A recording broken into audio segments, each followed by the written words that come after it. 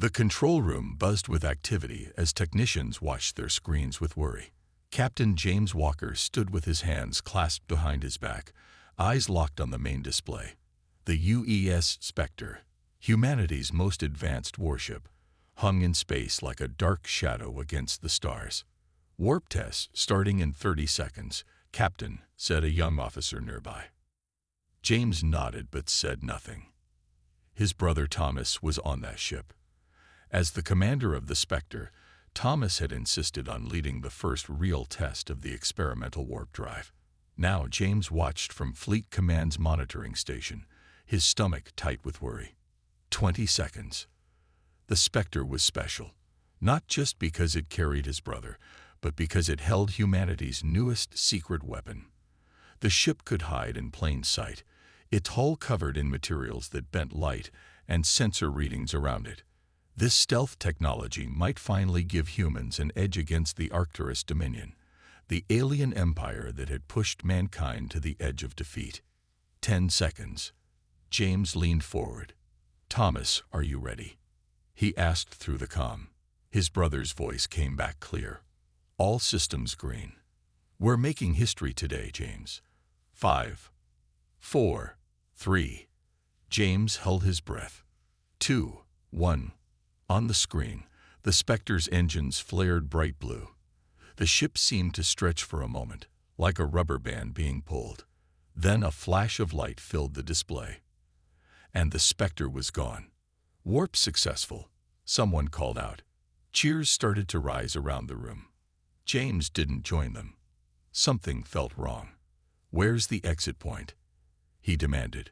The cheers died down as technicians checked their readings.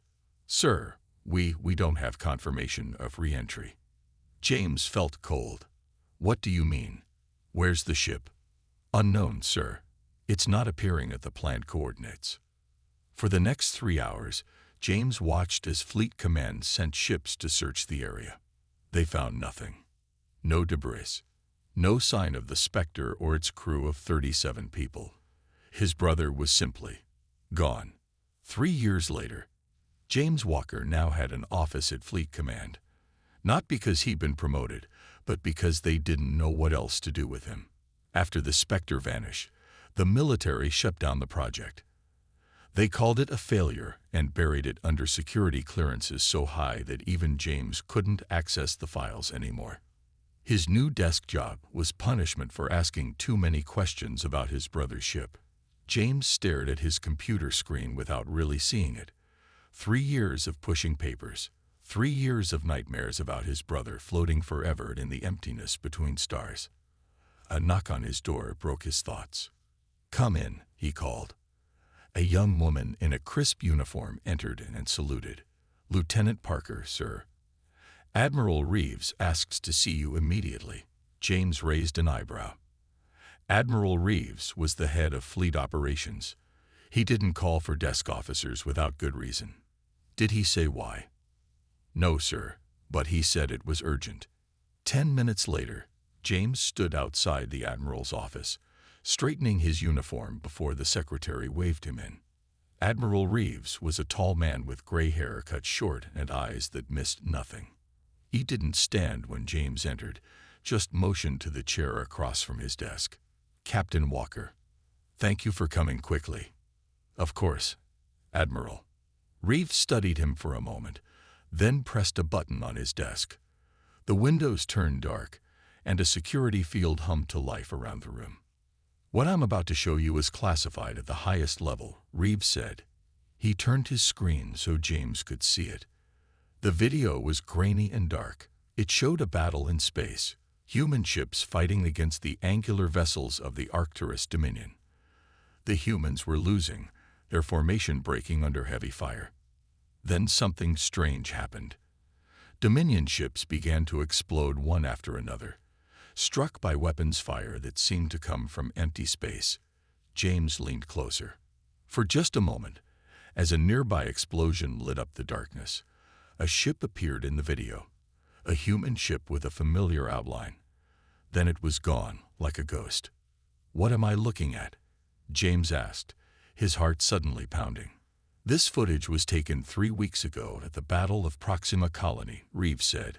Notice anything interesting? James swallowed hard. That ship, it looked like the Spectre. Reeves nodded. That's what our analysts think too. But the Spectre was lost 3 years ago. Could it be another stealth ship? Maybe they continued the program secretly. No, all stealth projects were shut down after the Spectre disappeared. There are no other ships like it in our fleet. James stared at the frozen image. Then what is it? Reeves sighed. We don't know. But this isn't the first sighting. He brought up more videos, all showing the same thing. A battle going badly for human forces, then the mysterious ship appearing from nowhere, attacking Dominion vessels, and vanishing again. It only targets the enemy, Reeves said, never attacks our ships. In fact, he showed one final video. This is from last week. Colony on New Eden. The Dominion was about to overrun it when our ghost ship appeared and destroyed their entire attack force. James felt a spark of hope for the first time in years. It could be them. It could be the Spectre. Maybe. But that's not the strangest part. Reeves pointed to the screen again. Look at the attack pattern. The way it strikes from blind spots, then circles back. James recognized it immediately. That's Thomas's strategy. He developed it at the academy. Exactly. Reeves leaned back in his chair. Captain Walker, I need someone to find this ship. Someone who won't broadcast what they're doing. Someone who might recognize patterns that others would miss. You're giving me a ship. James couldn't hide his surprise. The UES Horizon. Small, fast frigate. Good sensors. Officially, you'll be running patrol duty along the outer colonies. And unofficially, find our ghost ship, determine if it's the Spectre. And if it is, Reeves's eyes were hard. Find out where it's been for 3 years, and why it's back now. James stood straighter. When do I leave? Tomorrow. Pick your crew carefully. You'll need people who can keep secrets. As James turned to leave, Reeves called after him. One more thing, Captain. Sir, if it is your brother out there, remember your duty to Fleet Command. James nodded stiffly and left the office, his mind racing.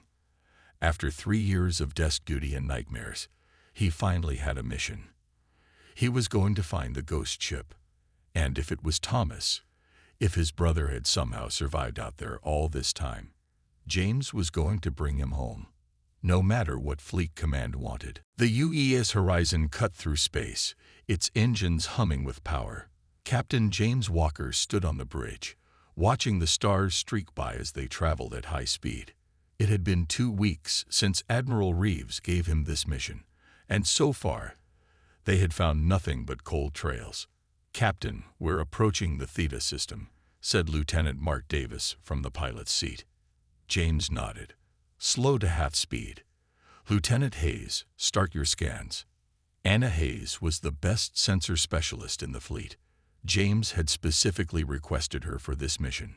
She had a gift for finding things that didn't want to be found. Yes, sir, she said, her fingers dancing over her console.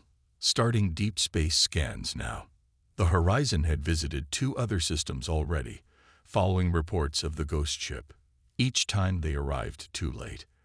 All they found were the remains of Dominion ships and strange energy readings that no one could explain. The crew was getting restless. 20 officers and crew members, all handpicked by James, all told only that they were hunting for an unknown vessel. He hadn't shared his suspicions about the Spectre with anyone except his first officer, Commander Bell. Captain, Hayes called out suddenly. I'm picking up unusual quantum disturbances, similar to what we found in the other systems. James moved to her station. Show me. The screen displayed wave patterns that seemed to ripple and shift in impossible ways. It's like echoes, Hayes said, as if something passed through normal space and left ripples behind. How old? Hayes studied her readings. Fresh, less than 6 hours. James felt a spark of excitement. They were just here. Can you track the disturbance? Hayes bit her lip. Concentrating. Maybe. The pattern seems to be moving toward the mining colony on Theta IV. Set course, full speed, James ordered. Maybe this time, they would be fast enough. Meanwhile, in a place that wasn't quite normal space, the UES Spectre drifted silently. Commander Thomas Walker looked out through the ship's viewports, but what he saw wasn't stars. It was a shifting, swirling darkness streaked with ribbons of blue light. The void between dimensions, their home for the past 3 years. Status report, he said, his voice rough from tiredness. His science officer, Dr. Ben Miller, looked up from his station. Phase stabilizers holding at 40%. Weapons and engines at 75%. We can make one more jump into normal space before we need to rest the systems. Thomas nodded. The Spectre and its crew existed in a nightmare state. When their experimental warp drive malfunctioned 3 years ago, it didn't destroy them as everyone thought. Instead, it trapped them in a partial phase shift, caught between normal space and somewhere else. They could see the real universe. They could even affect it by briefly shifting closer to normal space. But they couldn't fully return, not without the ship tearing itself apart. "Sir," called his communications officer, "we're picking up distress signals from the mining colony on Theta IV. Dominion ships are attacking." Thomas straightened in his chair. "How many?" 3 warships. The colony has minimal defenses." Thomas didn't hesitate. "Battle stations. Prepare for phase shift." The crew moved quickly to their positions. After 3 years, they operated like a perfect machine. They had learned to use their curse as a weapon. The Spectre could appear from nowhere, strike with deadly accuracy, and vanish before the enemy could respond. "Remember," Thomas said, "we hit fast, and we hit hard. No lingering in normal space longer than 2 minutes." The last time they stayed too long, the phase shift nearly collapsed completely. Half the ship started to materialize in normal space, while the other half remained shifted. 5 crew members died before they managed to stabilize. Phase shift in 3, 2, 1. The swirling void outside the viewports faded, replaced by the black of space dotted with stars. The colony of Theta IV appeared ahead, a cluster of lights on a small moon. 3 angular Dominion warships hung above it, firing energy weapons at the surface. "They haven't seen us yet," said the tactical officer. "Stealth systems holding. Target the lead ship's engines," Thomas ordered. "Fire when ready." The Spectre's weapons charged silently. Then beams of energy lanced out, striking the Dominion ship's propulsion system. The alien vessel lurched, its engines flaring and then dying. The other 2 ships immediately began scanning for the attacker. "Moving to position Alpha," said the pilot, guiding the Spectre to a new firing position. Thomas watched the timer on his console. 1 minute 15 seconds in normal space. Fire on target 2. More energy beams shot out, slicing through the second Dominion ship's weapons array. It spun wildly, disabled but not destroyed. "Sir," the science officer called, "I'm detecting a human ship entering the system. Fast frigate, UES classification." Thomas felt a strange jolt. "Fleet sent help. That's unusual." 30 seconds left in normal space, warned the tactical officer. "Target the 3rd ship's bridge and fire." The Spectre's weapons struck with perfect accuracy. The last Dominion ship went dark, drifting harmlessly away from the colony. 10 seconds, called the science officer. "Sir, the human ship is hailing all frequencies. They're asking for the Spectre by name." Thomas froze. "What?" "Phase shift failing," warned the tactical officer. "We need to go now." Thomas wanted to stay, to find out who knew they existed, but the ship was already shuddering around them. "Return to void," he ordered reluctantly. The stars began to fade as the phase shift pulled them back into the in-between place. The last thing Thomas saw was the human ship growing larger in their viewports, racing toward them as if desperate to make contact. Then they were gone, back to their prison of swirling darkness and blue light. On the bridge of the horizon, James Walker stared at the empty space where, for just a moment, he'd seen a familiar shape. "Did you get a clear scan?" he demanded. Lieutenant Hayes shook her head. "Not completely, sir. But what I did get." She looked up with wide eyes. "It matches the Spectre's configuration. And there's more. The quantum readings suggest the ship isn't fully in our dimension. It's partially phased out of normal space." "So that's how they appear and disappear," James whispered. "They're trapped between dimensions." Hayes nodded slowly. "The crew could still be alive in there, Captain, but I don't know how we could reach them." James stared at the now empty space. "We just missed them," he said quietly. Then, with new determination, "But we're getting closer. Next time, we'll be ready." He turned to Commander Bell. "Send a message to Admiral Reeves. Tell him we've confirmed it's the Spectre, and tell him we need a quantum physicist, the best he can find." For the first time in 3 years, James felt real hope. His brother wasn't dead. He was lost, caught in some kind of dimensional trap, and James was going to find a way to bring him home. Dr. Eliza Morgan was not what James had expected. The quantum physicist was young, barely 30, with sharp eyes and an even sharper mind. She had arrived on the horizon by special transport just 3 days after James's report to Admiral Reeves. "So you're telling me," she said, studying the data on the screen in the ship's conference room, "that the Spectre is trapped in a partial phase shift between dimensions."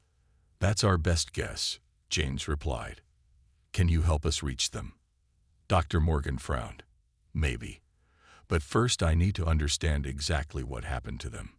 Before she could continue, the ship's alarm blared. Commander Bell's voice came over the speaker. "Captain, to the bridge. Emergency." James and Dr. Morgan rushed to the bridge. The main screen showed a message from Fleet Command.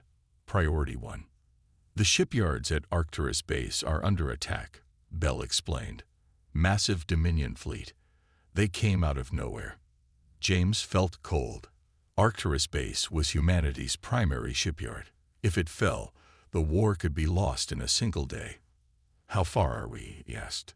2 hours at maximum speed. Set course immediately." As the horizon changed direction, Lieutenant Hayes looked up from her console. "Sir, Arcturus Base is where they built the Spectre." James nodded slowly. "My brother will know that too."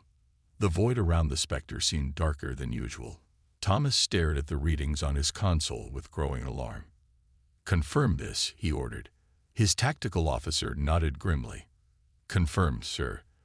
The Dominion has launched a surprise attack on Arcturus Base. 4 dreadnoughts, 12 cruisers, and at least 30 smaller vessels." Tonda stood up. "How did they gather such a force without our intelligence detecting it?" "Unknown, sir, but the base defenses won't hold against those numbers." The science officer spoke up. "Sir, Arcturus Base is." "I know what it is," Thomas cut him off. "It's where we were built, and it's the heart of the fleet's shipbuilding capacity." The crew fell silent, all thinking the same thing. If Arcturus Base fell, humanity might lose the war. Thomas made his decision. "Prepare for phase shift. All power to weapons and engines." "Sir," the science officer protested, "our systems haven't fully recovered from the last shift. If we push them now—" "I know the risks, Doctor," Thomas said quietly. "But if we don't act, there might not be a humanity to return to." No one argued further. They prepared the ship, each person silently accepting what might be their final mission. Phase shift in 3, 2, 1. The battle at Arcturus Base was already lost when the horizon arrived. The massive Dominion fleet had broken through the outer defenses and was closing on the shipyards. The few remaining human ships fought bravely, but they were hopelessly outnumbered. "Take us in," James ordered. "Target the nearest cruiser." "Sir," Commander Bell said quietly, "there are too many. We can't make a difference." James knew Bell was right, but he couldn't just watch. "We have to try." All weapons ready. Before the horizon could fire, a Dominion cruiser near the center of their formation suddenly exploded. Then another, and another. "What's happening?" James demanded. Lieutenant Hayes leaned forward over her sensors. "Sir, it's them. The Spectre is here." The ghost ship was barely visible, a shimmer in space that moved with impossible speed. It fired from point-blank range, its weapons tearing through Dominion ships before they could respond.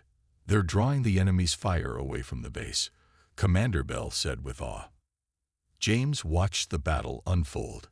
He recognized his brother's tactics, striking at the heart of the enemy formation, creating confusion. But something was wrong.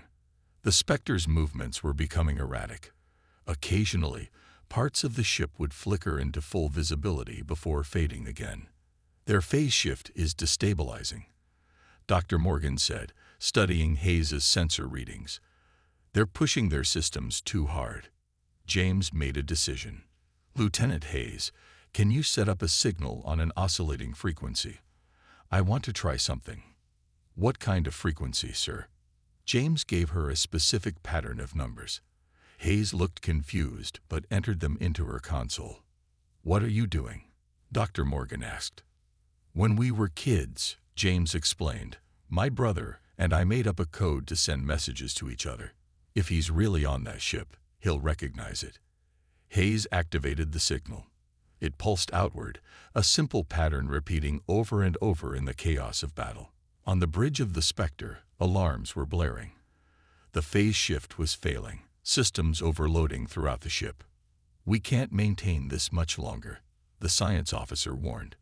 2 minutes at most before catastrophic failure. Thomas gripped his chair as the ship shuddered around him. They had destroyed 3 dreadnoughts and 7 cruisers, but it wasn't enough. The Dominion forces were still too strong. "Sir," the communications officer called out suddenly, "I'm picking up a strange signal. It's not a standard fleet pattern." "Ignore it," Thomas ordered. "Focus on." "But sir, it's—" The officer paused, listening to the signal through his headset. His eyes widened. "Sir, it's coming from that human frigate, the one that tried to contact us before. And it's in Morse code. Old Earth Morse code." Thomas froze. "What does it say?" The officer listened. "It's just repeating the same thing. 3-7-9 to 2128. Thomas felt as if all the air had left his lungs. 3-7-9 to 2128. The numbers he and James had used as children when they wanted to verify a message truly came from one another. "It's my brother," he whispered. For a moment, the hopelessness of their situation lifted. James was out there, looking for him, trying to help. "Sir, what should we do?" his tactical officer asked. Thomas straightened. "Adjust our phase harmonics to match that signal's frequency. Let them see us clearly, just for a moment." "But sir—" "Do it." The officer complied. The Spectre's phase shift altered, bringing the ship briefly into fuller alignment with normal space. On the horizon, Lieutenant Hayes gasped. "Captain, the Spectre is becoming more visible. They're responding to our signal." James stepped forward, staring at the screen. For one clear moment, he could see the Spectre in all its details. The sleek hull, the distinctive profile. And on the bridge, a figure standing tall, looking directly toward them. "Thomas," James said quietly. Then the ship flickered and faded, returning to its ghost-like state. But something had changed. The Spectre's attack pattern shifted, now working in clear coordination with the human defenders. James turned to Dr. Morgan. "Tell me you can find a way to bring them back." Dr. Morgan was already working at a console, her fingers flying over the controls. "I think I understand what happened to them now. We can't fully restore them. The damage to their dimensional state is too severe. But maybe we can talk to them." As the battle raged around them, a small hope was born. The brothers had found each other across the void between dimensions, and somehow, James would find a way to bring the ghost ship home. The battle at Arcturus Base ended in a narrow victory for humanity. With the Spectre's help, the Dominion fleet had been forced to retreat. But the cost was high: 3 defense platforms destroyed and nearly 20% of the shipyard damage. On the horizon, James met with Admiral Reeves via secure communication. The Admiral's hologram stood in the ship's conference room, his face grim. "So it's true," Reeves said after hearing James's report. "The Spectre survived, and your brother is still commanding it." "Yes, sir," James replied. "But they're trapped in some kind of dimensional shift. Dr. Morgan is working on a way to communicate with them." Reeves was silent for a moment. "Walker, there's something you should know.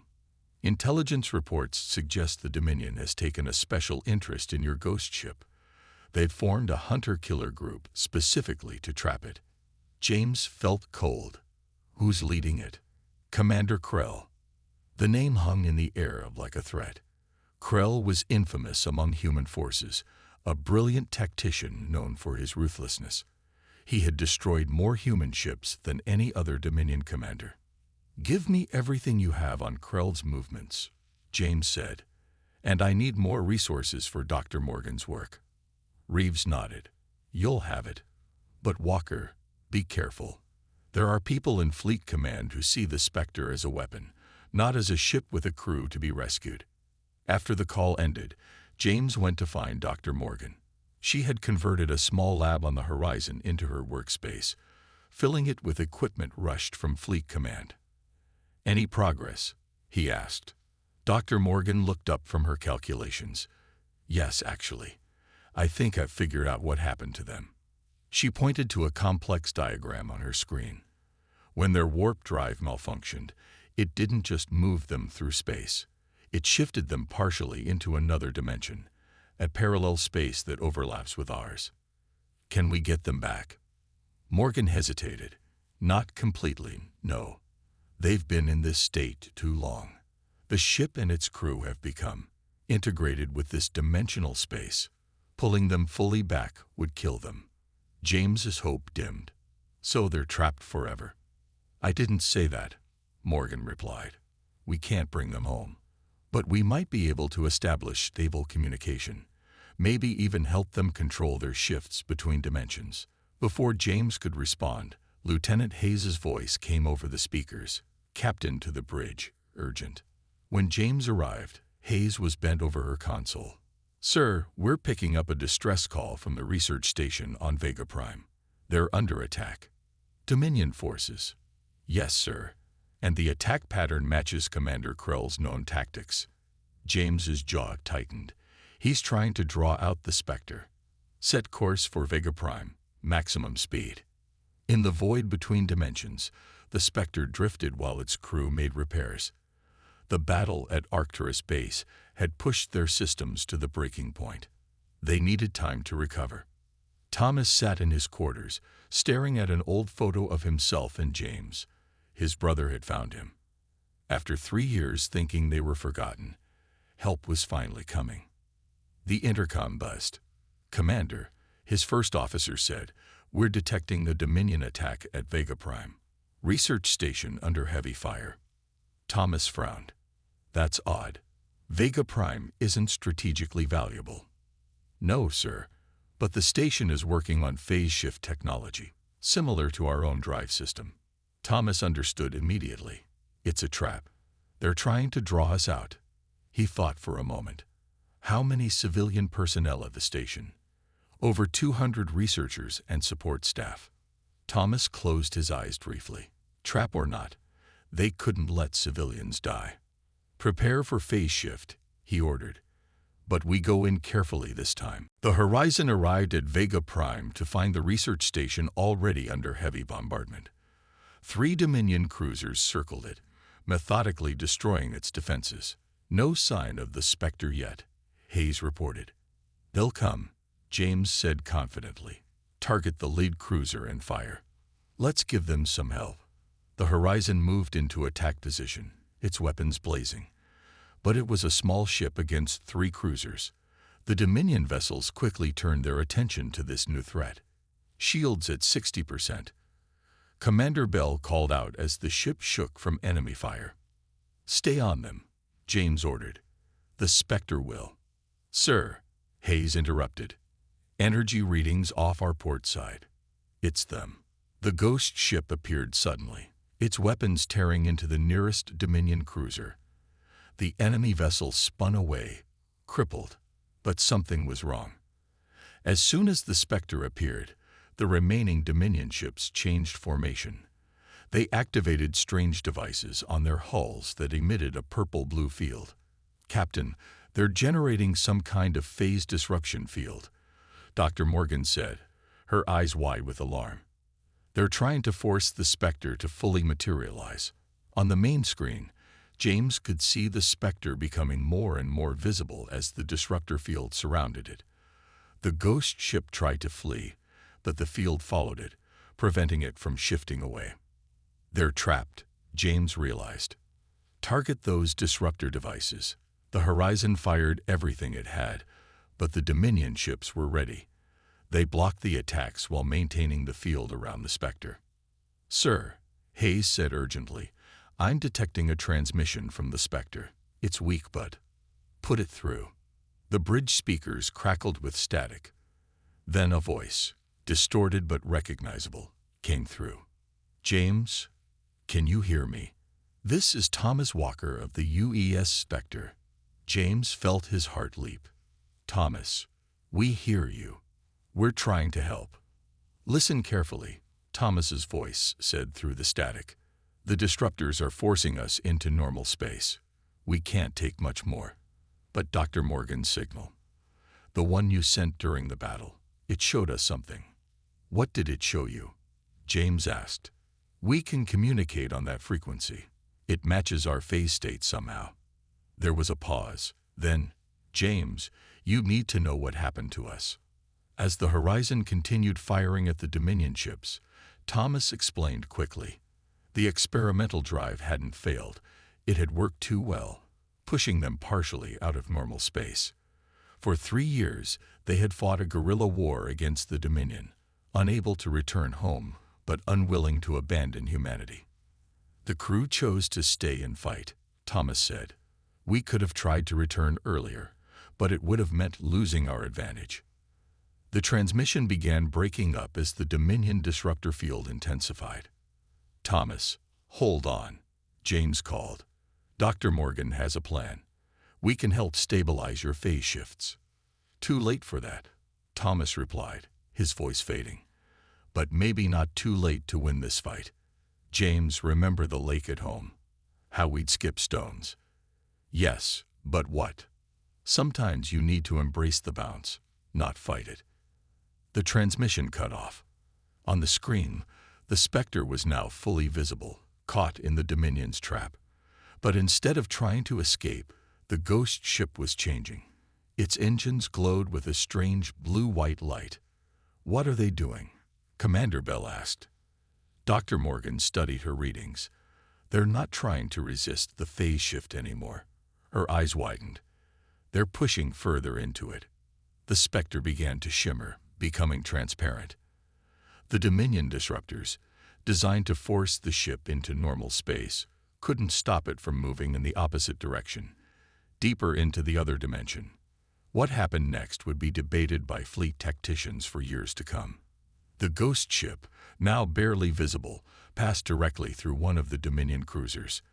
It moved through the enemy vessel as if it weren't there, and left behind what looked like glowing blue charges inside the ship's vital systems. When the Spectre emerged on the other side, the Dominion cruiser exploded from within. "My God," James whispered. "They've weaponized their condition." The battle turned quickly after that. The remaining Dominion forces, faced with an enemy that could move through their ships at will, retreated in disarray.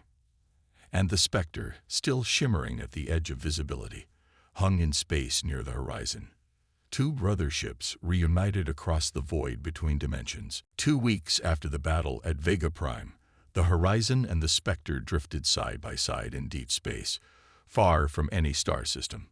Between them, they had created a unique communication system, allowing the brothers to talk regularly despite the dimensional barrier. "How's it feel to be famous?" James asked with a smile. Thomas's hologram flickered slightly in the Horizon's conference room. Famous. Is that what we are now? The ghost ship that saved Arcturus Base.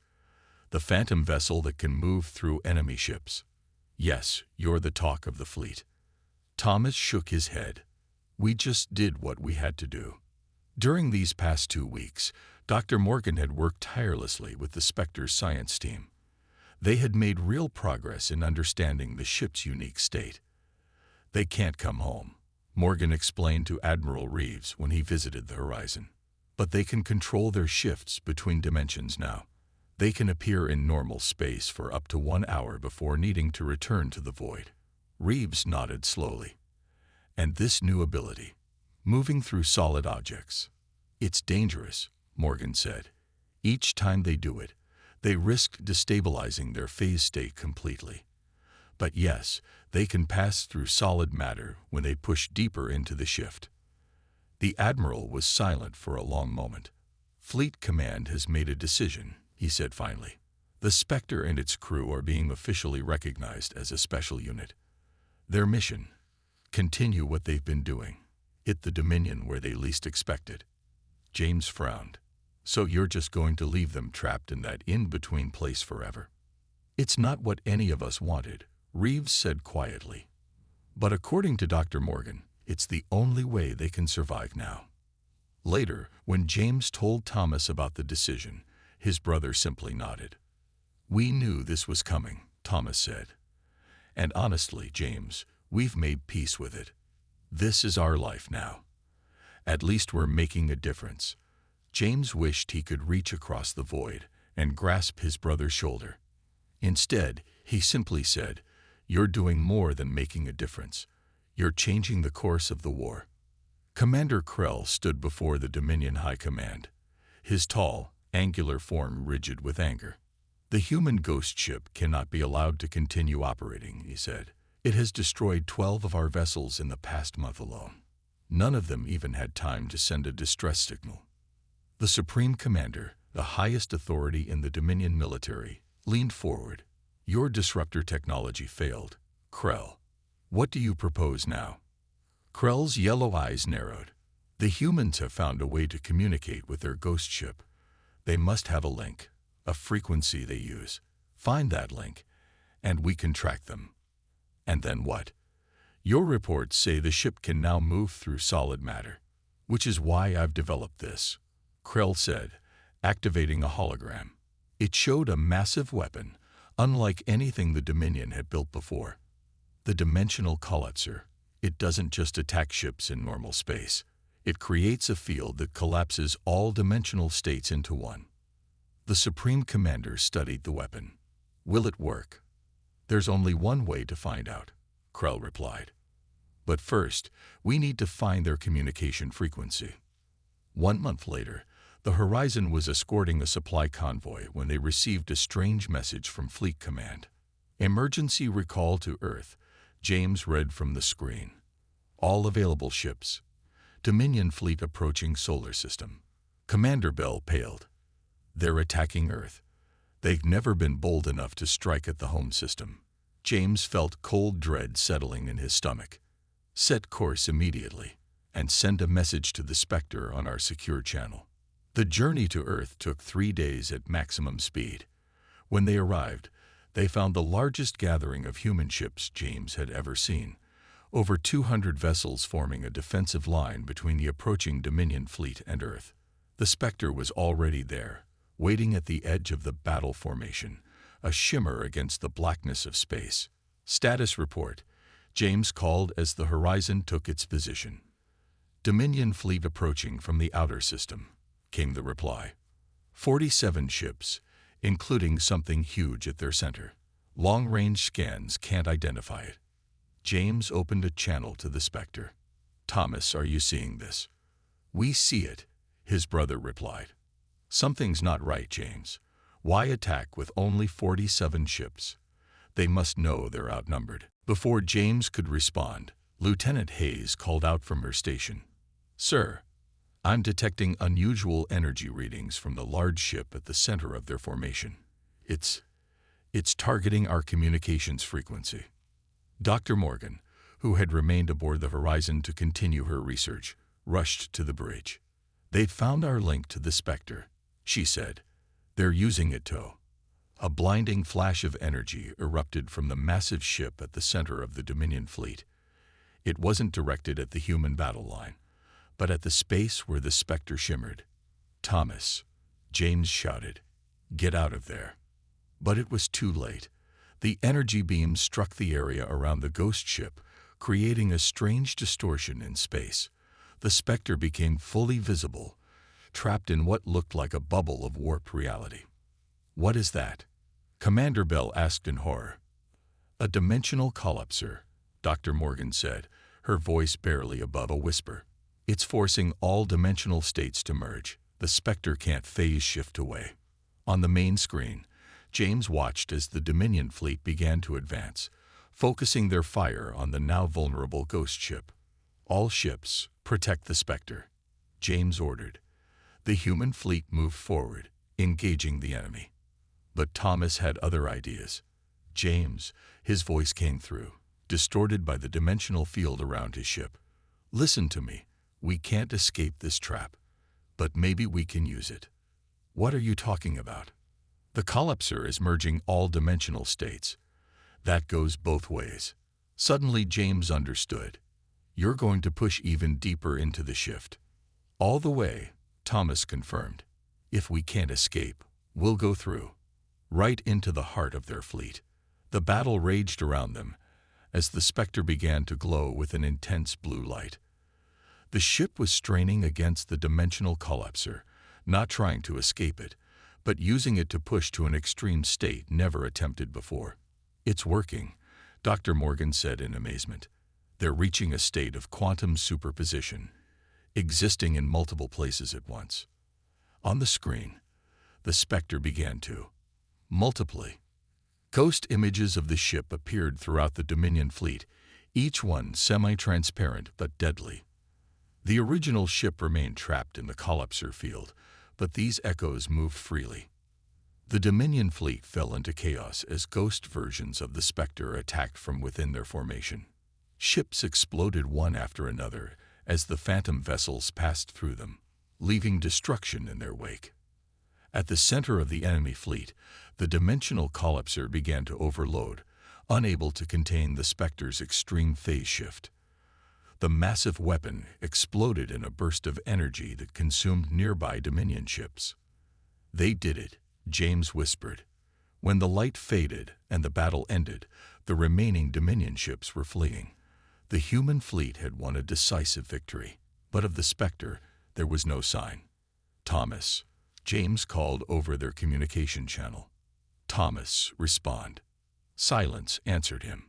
For 3 days, they searched the battlefield, looking for any trace of the ghost ship.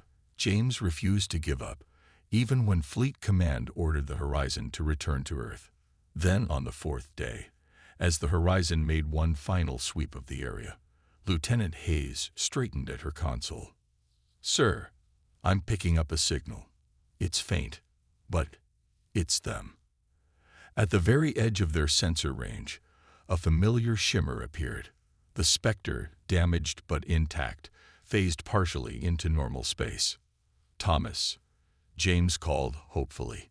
Static answered him at first. Then, "James, can you hear me?" The bridge erupted in cheers. Thomas explained that the extreme phase shift had sent them far beyond the void they normally inhabited. It had taken days to find their way back to normal space. "But we found something out there," Thomas added. "There are more dimensions than we ever imagined, James. And in one of them, we discovered how to control our shifts completely." "You mean we can come home now?" "Not permanently. We still need to return to the void to rest. But we can visit. We can touch normal space again." 2 weeks later, in orbit around Earth, the crew of the Spectre stepped onto solid ground for the first time in over 3 years. They stayed for only an hour before they had to return to their ship and the void between dimensions. But it was enough. They were no longer lost. They were no longer just a ghost warship that shouldn't exist. They were heroes. They were family. And they had found their way home.